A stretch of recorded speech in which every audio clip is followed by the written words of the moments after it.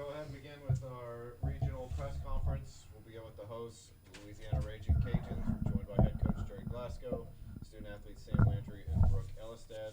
We'll begin with an opening statement from coach, and then we'll move it on to questions. Whenever you're ready, coach.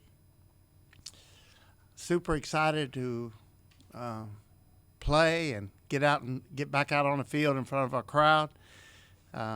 Super excited to see the competition in regional. Got three really good teams with Princeton, Baylor, and Ole Miss. I know the girls are really excited, and for some of them it's their first postseason. For a lot of them it's their second postseason. So it's kind of this an exciting time in our program, and it'll be the first time that we've held a regional here at Landry Park for all the kids and myself. So we're really looking forward to just getting out on the field and performing. Coach, you talked about the first time for yourself hosting a regional. Kind of what's that feeling for you, and kind of what it means to you to kind of be able to have that distinction. I think anytime you're at home, you feel more comfortable.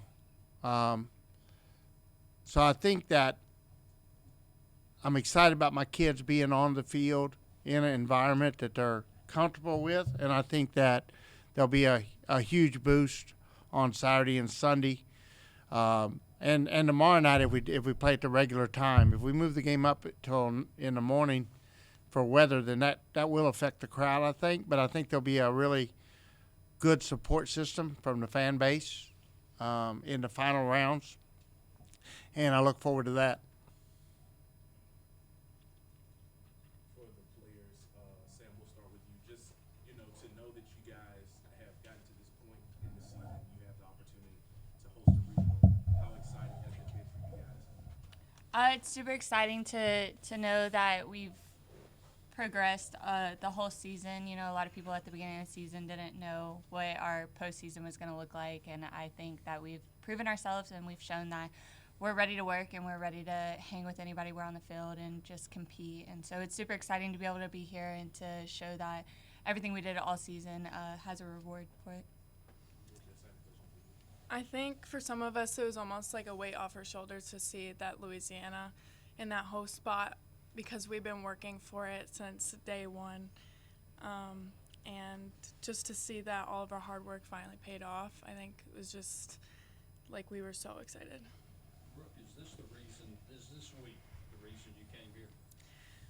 Yeah. I mean, I knew I wanted to go to a place where we would be able to compete to get to the NCAA tournament, and I knew it wouldn't be a problem here. Asking all three of you, basically everyone's excited, and it was really thrilling to see the watch party. But was there a sense of accomplishment, like after you got through the excitement, like, wow, what have we done to get back to hosting a regional again? Start with you, Coach. Yeah, you think back in the season, I go back to when we was 9-12, and at that point, even after the Oklahoma game, which made us 10-12, no one thought we'd ever host, and I think that was part of the process. I mean, obviously we wanted to be 12-10 or 13-9 or 14-8. We didn't want to be 9-12, but as part of the process was just to get out there and face the best teams in the country and let it expose our strengths and weaknesses, and then we could address the weaknesses. And I think there's a great deal of reward and a sense of accomplishment to have come from that point in the season to the point we are now, because it was all due to the kids really working hard and sticking together and staying focused. And, I've got an expression I say all the time: winners win. And the girls that are on our roster, the girls that walk into our dugout on a daily basis, are winners. And they've really taken the challenge of the first third of the season and turned it around and made it into a really season of accomplishment where we, for the first time, get a host at Landry Park since I've been here. And that just really, a lot of pride in that and a lot of happiness coming, like seeing the girls' faces in the picture of the selection show. They were so happy.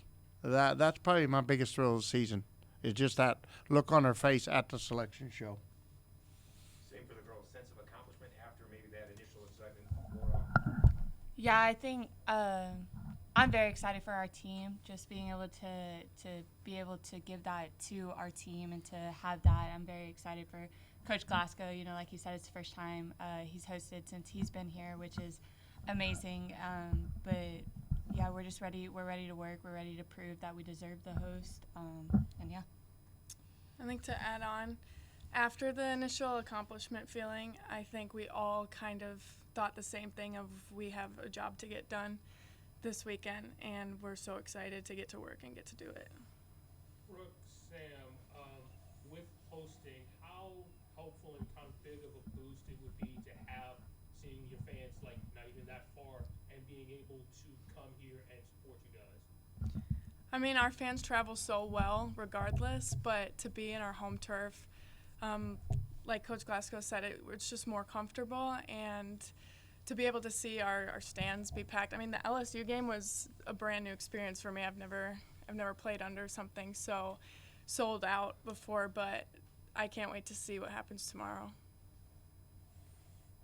Yeah, I'm super excited. I think the fans are gonna pack the park. You know, like Coach Glasgow said, if the times how the time fits. But yeah, when it comes through the whole weekend, I think everybody's gonna be here supporting, and it'll be super comfortable, enjoyable playing in front of our fans. So you've all had a chance to look more at Princeton now. What have you seen from what you've been able to gather about them?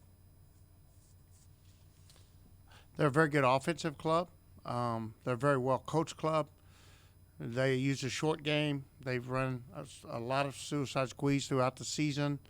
They'll slap and run. They'll put the ball in play and put pressure on your infield. They're not a home run hitting team. They're more of a doubles team. I think they've got over 50 doubles, and then they play defense. They've also went out early in the year. They played South Carolina. They played Central Florida. They played some good competition early in the year, and you know they're going to be a competitive ball club. And it's NCAA regional. You don't expect to get anything easy, and they're not. They're going to be here to win, and we'll have to play a high level of ball to be able to come out a winner, and that's the challenge that you got to be looking forward to in the NCAA tournament. Sam, for you as one of the more experienced players on the team, just how important was that early stretch in the season where things kind of weren't going you guys' way for y'all to, push through that and now to get to this point where you're a completely different team than what you were at that point? Yeah, I think it was really important. We have new hitting coach, new defensive coach this year, and I think a lot of the struggles at the beginning of the year was learning that and learning to get everything they wanted for us up to the speed of the game. So I think that's where a lot of the struggles were at the beginning of the year, and I think that the struggles we did have are very important because they showed us how it needs to be. So like now we're the number one team in the nation in double plays, and I feel like without the struggle in the beginning, we may not have had that push that we have now. So I think it was very important. It definitely made us a team we are now, and to be able to come back in any game if we're behind. And I think especially, I know it's a bitter topic, but talking about the Sun Belt tournament, I think the loss in the championship is actually very important for our team as well, just to show that, everybody's out for you and that we can bounce back from that, and that we just have to stay focused and do what we know how to do. Coach, going into Princeton, what aspect of your team you feel most confident about going into the regional? My team. We've got talent. We've got a talented ball club, but more important than that, we've got a really resilient ball club and a very focused ball club that's been through adversity and knows how to respond to adversity. They showed that early in the year when they bounced back. They've showed that throughout the year. We've had injuries, and they keep right on playing. They're veterans now. We've got a lot of juniors on the ball club that have been in big moments. So I'm just really confident in my players and what they can accomplish when they lock down and really focus. Coach, Mother Nature is going to try to throw a wrench into things this weekend. If there comes a point where you're not really in a routine, how does that affect your team and your opponent? It doesn't affect us much because I'm not a real I'm a pretty loose coach, and we're not one of those teams that everything's got to be just exactly right. We can start practice and hit one day first. The next day we can do defense first. We're pretty flexible, and I like to keep it kind of that way because of those moments when, when everything goes haywire, you can adjust to it. And I remember at Georgia, Coach Lou was a very routine based, like very precision, very military, almost oriented.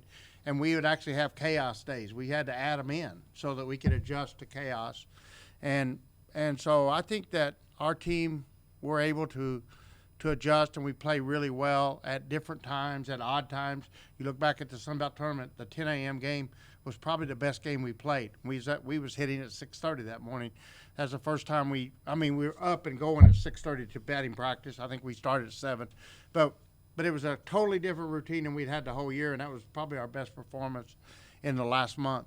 So I'm really not worried about that. I think as long as we're up and awake, we'll be good.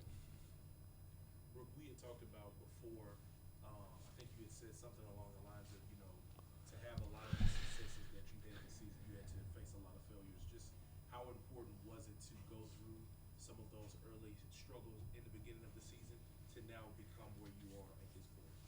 Yeah, I mean, for our team, if you look at like learning curves throughout the year, I'm just so glad that we had our learning curve at the beginning instead of the end, because it's eventually going to happen to every single team, and we're so grateful that we were able to persevere early in order to perform how well we are performing now.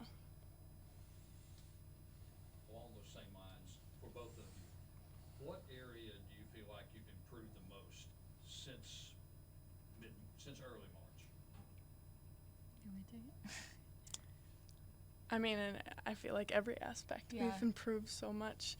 I mean, you look at our hitting at the beginning of the year. I feel like if you look at strikeouts at the beginning of the year versus at the end, we've narrowed that down a ton. And if you look at our defense, who would have thought we've been leading the nation in double plays? So, yeah, I feel like everything. Yeah, I agree. I think every aspect has been elevated in different ways. So it's kind of hard to say which one's the most because each of them have their own areas. So, but.